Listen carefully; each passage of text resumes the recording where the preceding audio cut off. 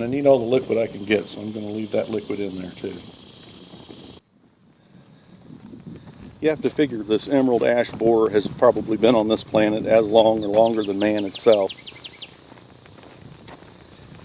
And if he's allowed to spread naturally, back to my emerald ash borer theory and enforcement opportunities.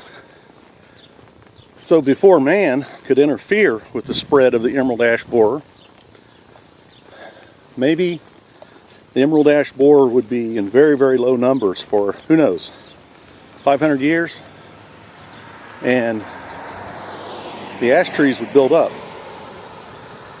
And then the ash trees hit a certain density where the bugs in their normal lifespan can travel from tree to tree to tree very easily.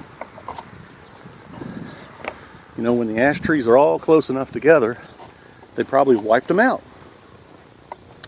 All but a few stragglers here and there. So when the ash borer's food is gone, it probably dies out, except for a couple tiny little pockets here and there, and the cycle starts again. And it takes hundreds of years, maybe thousands of years for the trees to build up to the point that the insect can spread across the land like smoke. So we may actually be doing harm and interfering with that and trying to prevent them from doing that. You know, the bottom line is an ash tree is not a good tree because there's a bug that kills it. And man could possibly, by taking all of his enforcement opportunities, his predation opportunities upon his other fellow man, could possibly cause the extinction of the ash tree by spreading out and lengthening the life cycle of the insect, making it unnatural. I mean, we've got ash trees now. Ash trees have been here a long time, before we were capable of fooling with its pests. So you got to figure they did okay before man. Well, if there's any GPS or map nerds following my advance, turning off of Kittredge onto Mariner, it's 10 o'clock, straight up. Mariner to no walk, no wake. This feels like a shortcut. I see a road to the right up there. Well, this says no outlet, so I'm going to pass this right turn up. Here I am, back to Mariner. Walked all the way down there and it was just a lousy turn circle. Couldn't get out. Here we are. Mariner dead ends into Powell. We'll be on this road for a long time. Takes a little jog across 202. And I'm hoping when we get down to the canal, the Ohio and Erie Canal, there'll be a picnic table and I can make some hot lunch. I haven't made any hot food yet. Urban Fire Tender.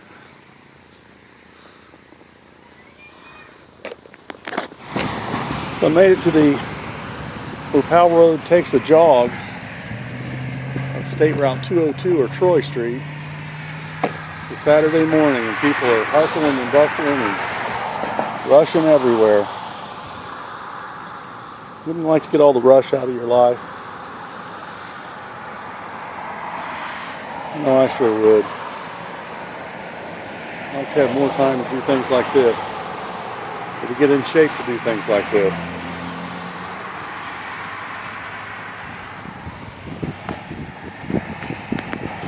Cutting across this shopping parking lot, jogging over to Powell Road.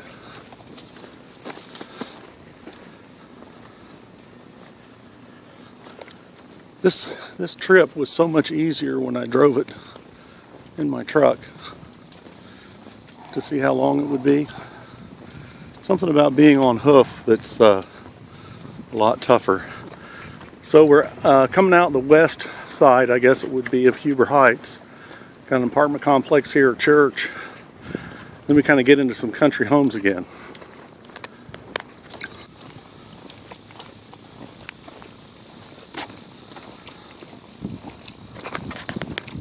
Well, I think we're walking past our last apartment complex, or at least the next last one.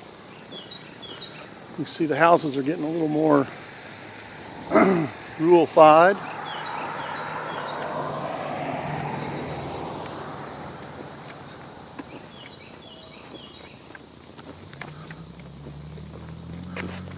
Cow, that's a swing set. Man, look how big that is.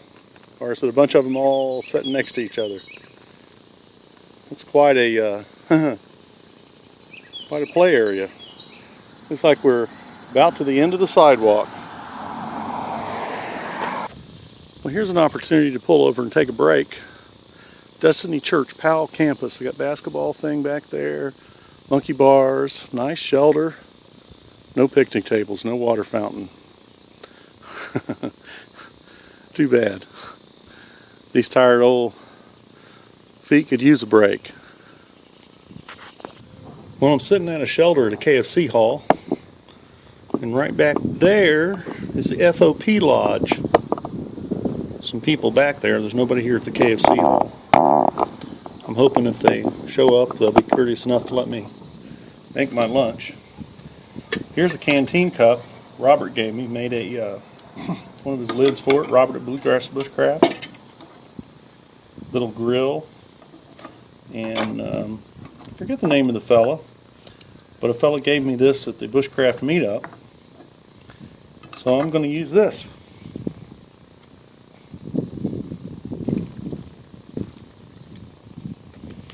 Load it with some alcohol.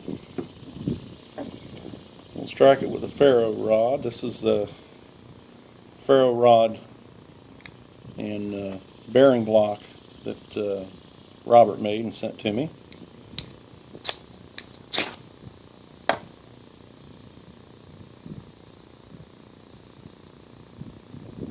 Yeah, it is burning.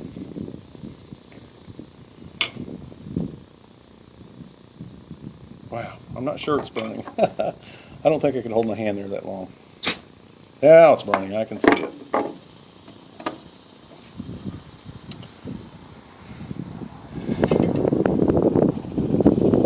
And I'm hearing a little bit of noise. I may have to make a windbreak for this.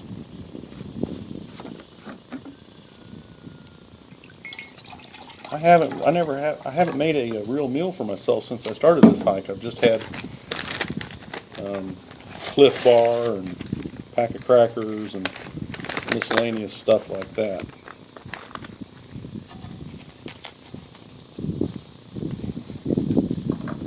This is a Knorr pasta sides Parmesan.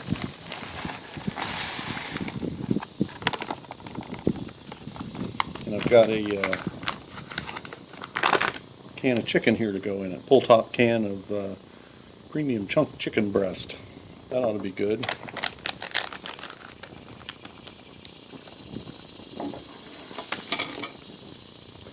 think I have enough water.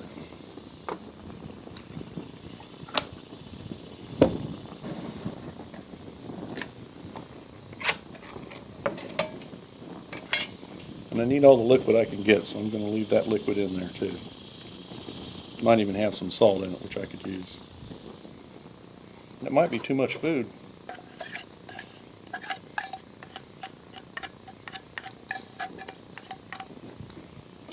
Help lighten my load a little bit. Hopefully there's a trash can around here. I've got a little bit of trash with me. Fastidiously picked up everything I've dropped, any trash that I've made. And we'll let this heat up.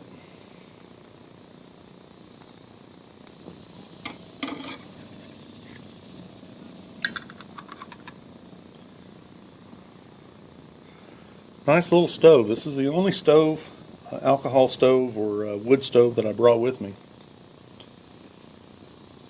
really tried to trim my equipment back. When I've gone to the bushcraft meetups, I've carried a lot of stuff in my car, and just trying to have less, trying to do with less.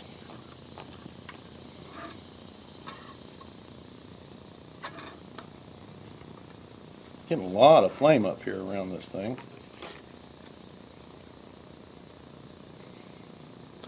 Get those handles out there so maybe they're not so hot when it comes time to hold them.